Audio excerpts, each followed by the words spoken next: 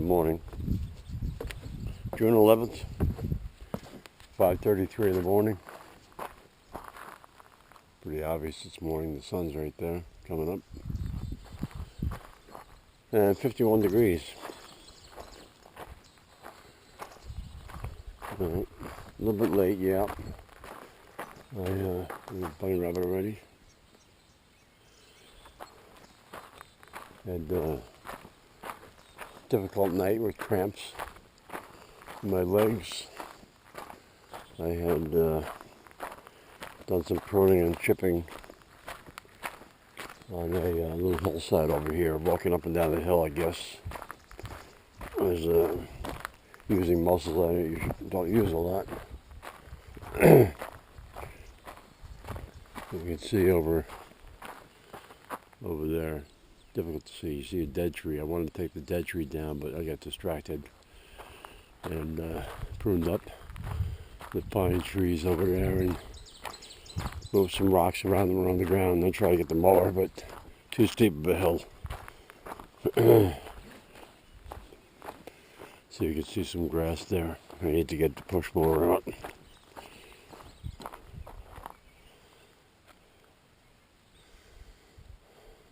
Doesn't look like a lot, but there's some big limbs on that pine tree that had to get cut a couple times because they wouldn't fit into the hopper, if that's the right term for the chipper, the opening. So I cut them off the tree and they fell to the ground, and I dragged them up. Then I cut them a second or third time to be able to put them inside. It's a huge opening. It's like probably 2 feet by 2 feet, but the branches were just sticking out. Oh, there's two bunnies right there, one close and one 150 feet down. So it was this guy's birthday yesterday. He's 3 years old. We put a bacon cheeseburger in with his food, and he gobbled it up. So he probably will make a deposit this morning. I know when I get out of bed, first thing I do is, well, I check the temperature first thing, but then next thing I do is check his water and food. And unfortunately his water was empty. So I filled that up. And he came right out. Drank a lot. I gave him a treat. He went back to the bowl and drank a lot more.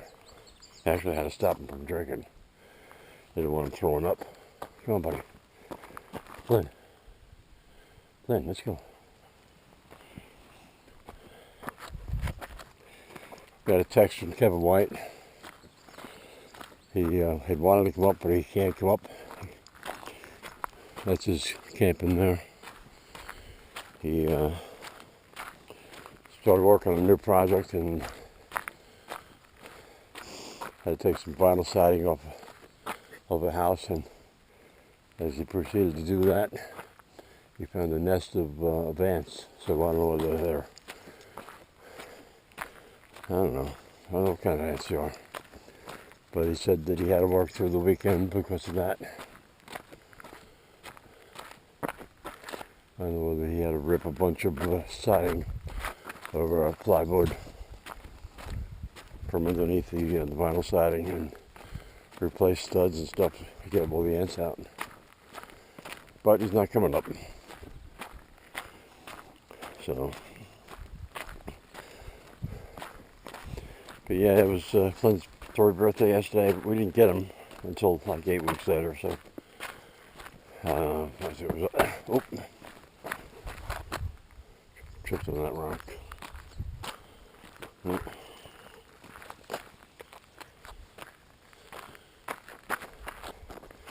My brother Ed had been up from Florida, and we drove up to Wittapitlock Don't ask me how to spell that. Wytopitlock,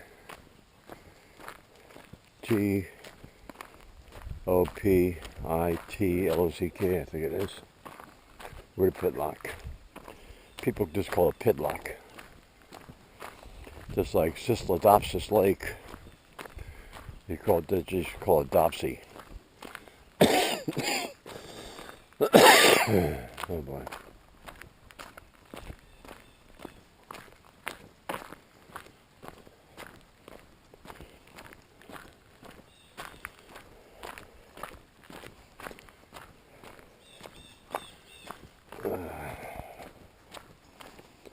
So it looks like another beautiful day. Yesterday was nice, but occasionally you get some pretty heavy clouds blowing through it at one point. I was looking at a dead tree to take it down. I was looking up and it started to rain, just a couple of drops. And there was a flash of lightning. So I put the side-by-side back in the barn. I didn't want to start pulling toys out to have everything get wet.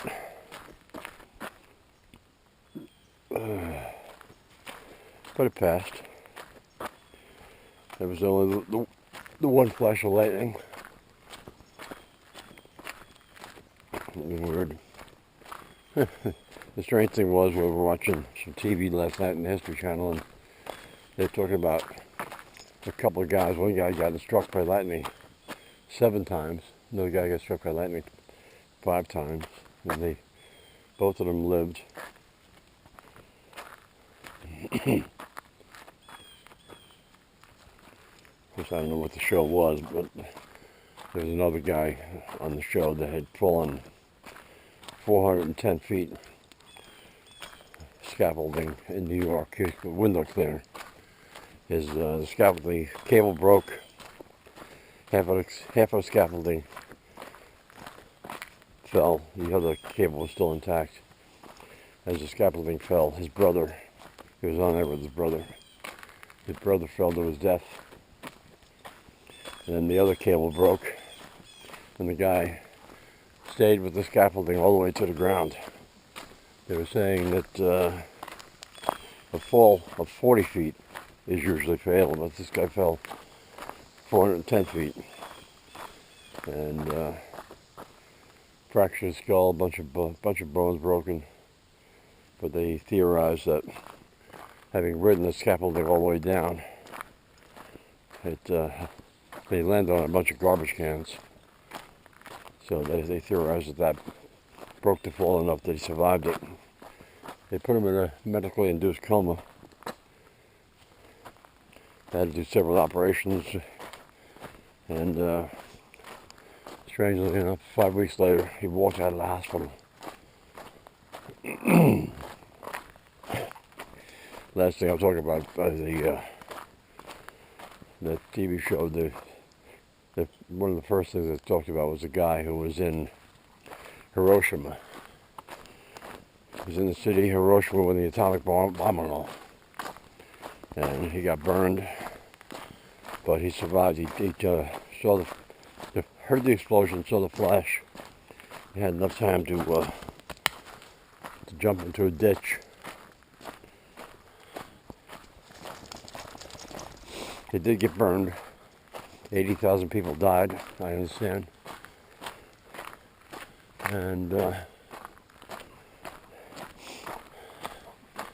couple weeks later, he had gone to his home. I don't know why he was in Hiroshima, but a couple weeks later he went to his home in Nagasaki when the second bomb went off, killing 70,000 people. And he survived that. He was in his office at home. He heard the explosion and saw the flash. And went underneath his desk. Flynn, what do you smell? Come on. He survived that. He lived to 96 years old.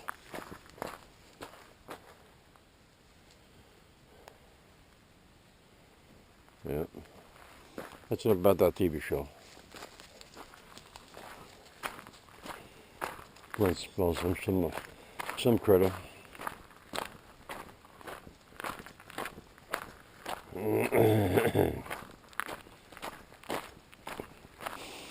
So before I started chipping yesterday, we had some friends that have a place on Tar Ridge Road. North Road intersects with Tar Ridge as you get to the end of North Road here. And they said that they were coming up Thursday. So got the side-by-side out, and me and Rita took a ride over. We can't take Flynn because there's only a two-seater and there's no place for him to sit. Come on, buddy, let's go. So he stayed home. We took a ride over there, and they were there. Sandy was out on her new Cub Cadet Z51 zero-turn mower.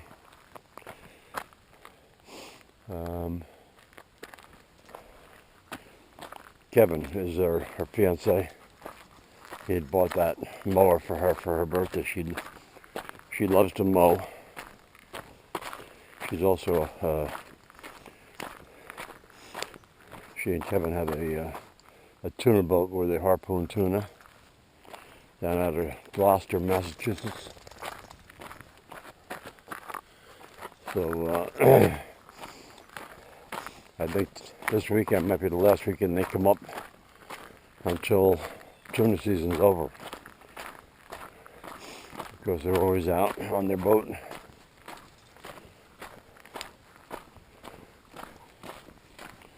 So we get over there, like I said, Sandy was on her zero turn. She finally noticed us and shut the mower off and gave a big whistle. I couldn't believe how loud she whistled. She whistled for, yep, Flynn's looking to make a deposit. Deer tracks in the mud here. Big whistle to get Kevin. Kevin was off with his Kubota tractor with the I can't remember what the attachment's called. It's used for getting the ground ready to plant. He was off doing that, so she whistled. He heard her, and they both came over and spent 10 minutes talking to us. We wished her a happy birthday, and I talked to sorry. I talked to him about his tractor and the attachment he had on the back, and he said I was welcome to borrow it. He was supposed to be done with it yesterday or today, so I don't know whether I'll be able to get over there and put it on the back of my tractor, drive it back over here, and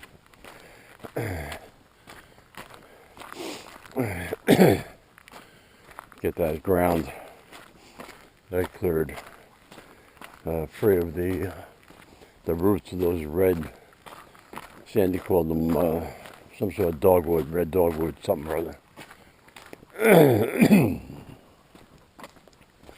It'd be nice to be able to borrow that and get that ground prepped.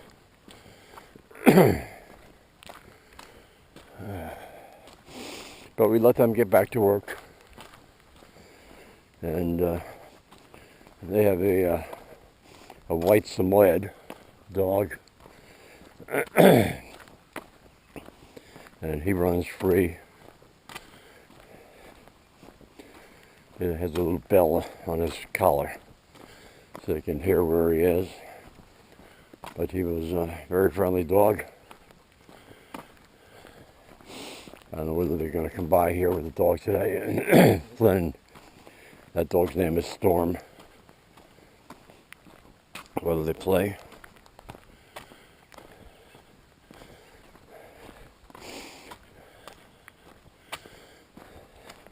Storm is a male. He's old dog, just like Flynn's old dog, which means that they haven't been neutered.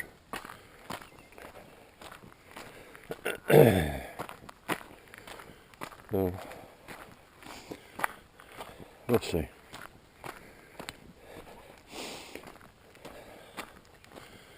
Well, after I chipped and put the tools away, I take a cool down lap on my ATV. Drove over past Ralph's cellular game camera just to verify it's working, because I checked the application on the phone and there was no pictures, which is unusual because it takes a picture every day at noon. So I asked Ralph by a text if he had deleted the pictures. He said no. So even though the app is saying it's got the battery has 2 bars out of 5, I think the power might be too low for it to detect motion. So I'll take a run over there today and put some new batteries in it. They've lasted since October last year, which is amazing because they're just alkaline batteries.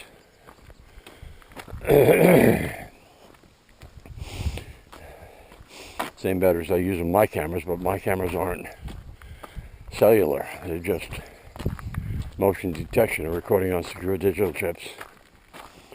His is cellular, so it's always interacting or talking to cell towers. So that has to be a draw.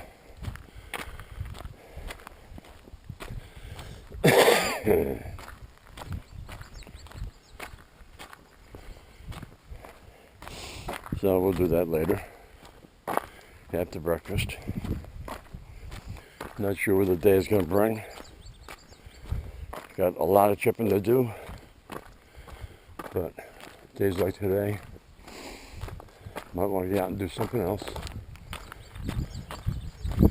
The side-by-side is still registered until June 30th.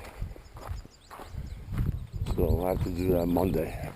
I wanted to do it last Monday, but time got away from me. Come on, buddy. You're done. Good boy.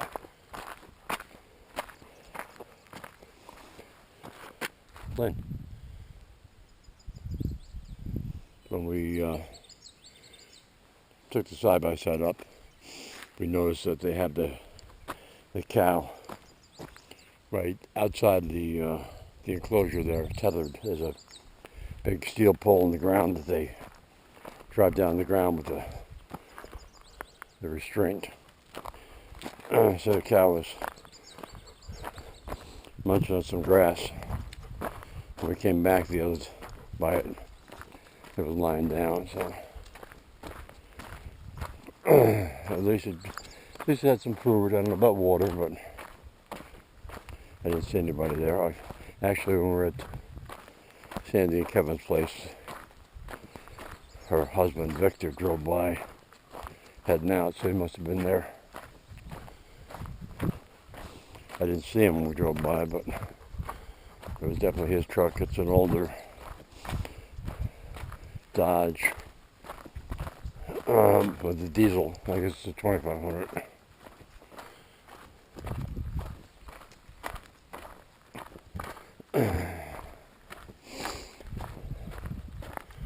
I do have the Canadian tuxedo on. 50 degrees, a little bit too chilly for just a long sleeve shirt. I do have the netted hat on. The mosquitoes don't seem to be too bad this morning.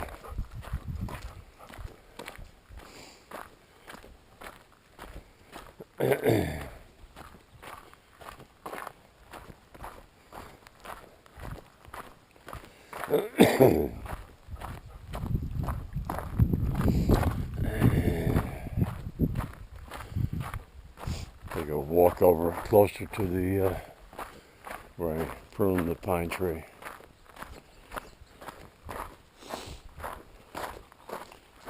I don't know what it is with Flynn, but If I say we're going in the barn, he goes right to the door, but we're not going in the barn this morning.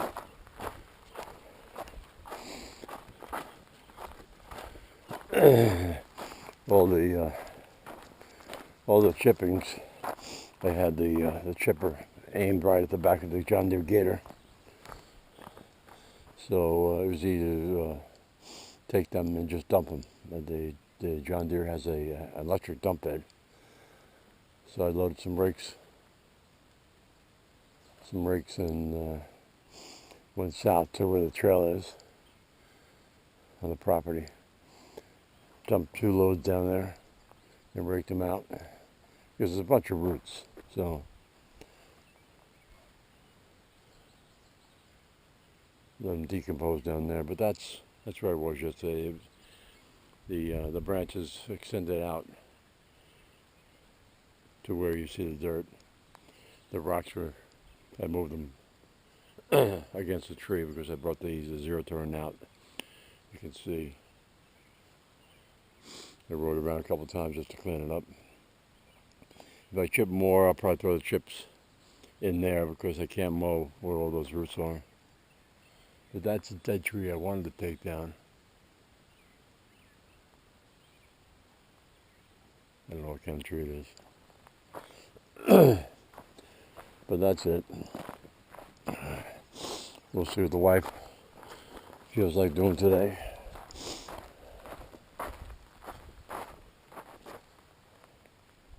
Come on, buddy. Come on. If you're getting bit by mosquitoes, you gotta get in the house. I didn't get it on I didn't record what he was doing, but he's swatting at his nose because I guess he was getting bit by a mosquito. We